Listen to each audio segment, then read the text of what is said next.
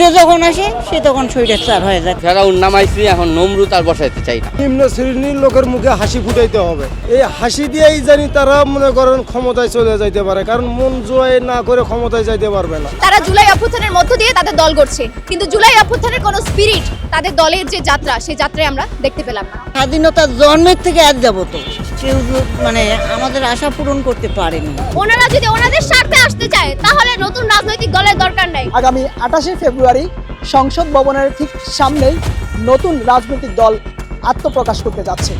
দর্শক, কালের কণ্ঠের নিয়মিত আয়োজন জনতার কণ্ঠে স্বাগত জানাচ্ছি আমি মিরাজউদ্দিন। শিক্ষার্থীদের নতুন রাজনৈতিক দল নিয়ে ছাত্র জনতা কি ভাবছেন, চলুন জেনে আসি। দেখুন, এই যে নতুন যে রাজনৈতিক দল আসছে, আমরা আজকেই দেখতে পারলাম যে একটা নতুন দল তারা আত্মপ্রকাশ করতে যাচ্ছে, এবং সেখানে আমাদের কিছু পরিচিত মুখ আছে যারা জুলাইয়ের অভ্যুত্থানে আমাদেরকে নেতৃত্ব দিয়েছিলেন। আমি অতি দুঃখের সাথে বলতে চাই যে এই মুখদের সাথে, এই আন্দোলনের নেতাকর্মীদের সাথে এখানে সমপরিমাণ আমার যে নারী সহযোদ্ধারা ছিলেন, তাদেরকে আমরা এই দলে কাউকে দেখতে পেলাম না। ফলে এই যে একটা রাজনৈতিক দল যে তারা তাদের পথ যাত্রা শুরু করছে, কোন জায়গায় কোন পরিস্থিতিতে তারা এই যাত্রাটা শুরু করছে, যখন কিনা সারা দেশে এই যে নারী নির্যাতন, খুন, ধর্ষণ একের পর এক প্রতিনিয়ত প্রতিটা সেকেন্ড যদি গণনা করি ঘটে যাচ্ছে, সেখানে আমরা যখন বিভিন্ন ক্যাম্পাসগুলোতে ছাত্রীরা এবং শিক্ষার্থীরা যে আন্দোলন করছে, এই আন্দোলনের মুখে তাদের আমরা কোনো বিবৃতি দেখলাম না, এবং তাদের কোনো স্ট্যান্ড, কোনো অবস্থান আমরা দেখতে পেলাম না। তারা সিম্পল একটা বক্তব্যতেও আমরা শুনলাম না যেখানে বলছে যে এটা আসলে ভুল, এটা আসলে অনৈতিক, এটা আসলে ঠিক নয় এবং এর শাস্তি হওয়া দরকার। এটা আমরা তাদের মুখ থেকে দেখতে পেলাম না। অথচ আমরা দেখলাম যে তারা তাদের দল গোছানোর জন্য এখানে যত কিছু আয়োজন, সেই আয়োজনের সাথে তারা যুক্ত, তারা ব্যস্ত। ফলে আমরা বলতে চাই যে এই যে রাজনৈতিক দল আসছে, রাজনৈতিক দল আসতেই পারে, যে কেউ এখানে রাজনীতি করতে পারে, দল করতে পারে, সংগঠন করতে পারে, এটা তার মৌলিক অধিকার নাগরিক হিসেবে। কিন্তু আমরা সেই সাথে বলতে চাই যে রাজনীতি আপনি কাদের জন্য করছেন? রাজনীতি তো গণমানুষের জন্য।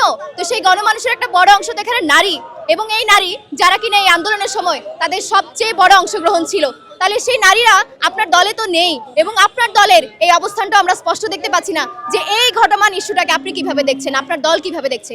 ফলে আমি আসলে খুব আশাবাদী হতে পারছি না, কারণ আমরা আসলে খুব প্রত্যাশা করছিলাম যে এই সময় তাদের একটা অবস্থান ক্লিয়ার থাকবে, কারণ তারা জুলাই অভ্যুত্থানের মধ্য দিয়ে তাদের দল গড়ছে, কিন্তু জুলাই অভ্যুত্থানের কোনো স্পিরিট, তাদের দলের যে যাত্রা, সেই যাত্রায় আমরা দেখতে পেলাম না। স্বাধীনতার জন্মের থেকে আজ যাবত কেউ আমাদের আশা পূরণ করতে পারেনি। হ্যাঁ, যে আসে তারা নিজের পেটের ধান্দা করে। আমরা কিন্তু ওই কাঠের পুতুলের মতো, আমাদেরকে জাস্ট এটাই দেখা লাগে, যে যখন আসে সে তখন স্বৈরাচার হয়ে যায়। তবে সবচেয়ে বড় স্বৈরাচার ছিল আওয়ামী লীগ। আওয়ামী লীগ তো দেশে তো রাজনীতি করার কোনো সুযোগ সুবিধা হারাই লিছে, একদম হারাই লিছে। এখন বিএনপি আছে, জাতীয় পার্টি আছে, তার অঙ্গ সংগঠন এই আওয়ামী লীগের। এর মধ্যে দেশে নতুন একটা রাজনৈতিক দল সৃষ্টি হয়, নতুন একটা তৈরি হয়, তাহলে দেশটা আসলে একটা উন্নয়ন দিকে চলে যাবে। আকাঙ্ক্ষা পূরণ করতে গেলে সর্বপ্রথম নিম্ন শ্রেণীর লোকের মুখে হাসি ফুটাইতে হবে। এই হাসি দিয়েই জানি তারা মনে করেন ক্ষমতায় চলে যাইতে পারে, কারণ মন জয় না করে ক্ষমতায় যাইতে পারবে না। ছাত্র রাজনীতি করা যায়, এর ভিতর অনেক আছে, কারণ এই ছাত্ররা কে আমাদের সন্তান, আপনাদের সন্তান, সবারই সন্তান। এই সন্তানেরা যদি এই দেশটার ভালো করতে চায় তাহলে গার্জিয়ান হিসাবে সবাইকেই পাশে থাকার লাগবে।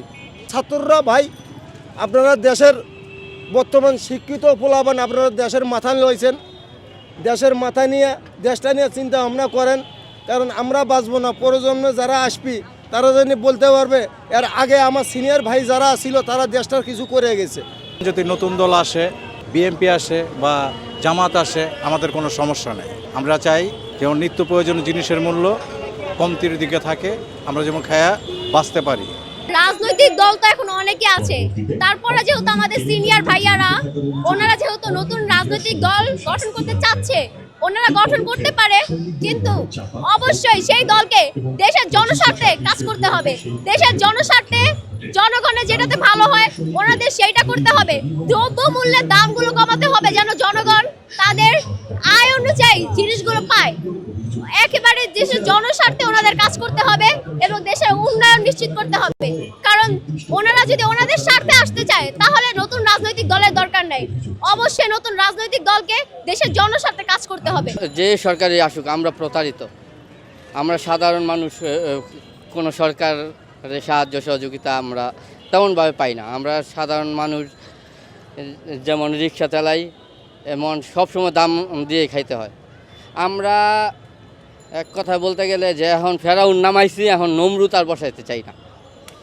বিএনপি সরকার ক্ষমতায় আসলে যে ওরা ভালো করবে তা না। আমরা বিগত সরকার আওয়ামী লীগ সরকার ক্ষমতায় থাকতে আমরা দেখছি আওয়ামী লীগ সরকার এক কথা বলতো যে হেরা জ্বালাও পোড়াও রাজনীতি করে। ওরা ঠিকই এটার প্রমাণ দিয়ে গেছে, বারবার এটার প্রমাণ দিচ্ছে যে জ্বালাও পোড়া রাজনীতি করছে। আমরা ছাত্ররা যদি দেশ চালায় তাহলে আমরা ছাত্রদের সাথে আসি, আর ছাত্ররা আমাদের সন্তান, আমরা ছাত্রদের সাথে আসি।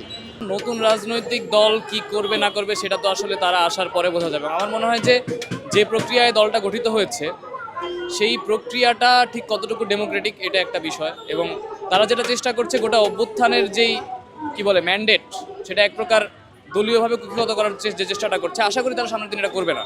অর্থাৎ ৭১কে যেভাবে আওয়ামী লীগ কুক্ষিগত করার চেষ্টা করেছে এবং ৭১ দিয়ে তাদের যাবতীয় নিপীড়ন, তাদের যাবতীয় অগণতান্ত্রিকতা ঢেকে দেওয়ার চেষ্টা করেছে, এই চেষ্টাটা যেন এই ২৪-এর অভ্যুত্থান নিয়ে কেউ না করতে পারে, সেটা আসলে নতুন দলের নেতাদের কাছ থেকে আমাদের প্রত্যাশা।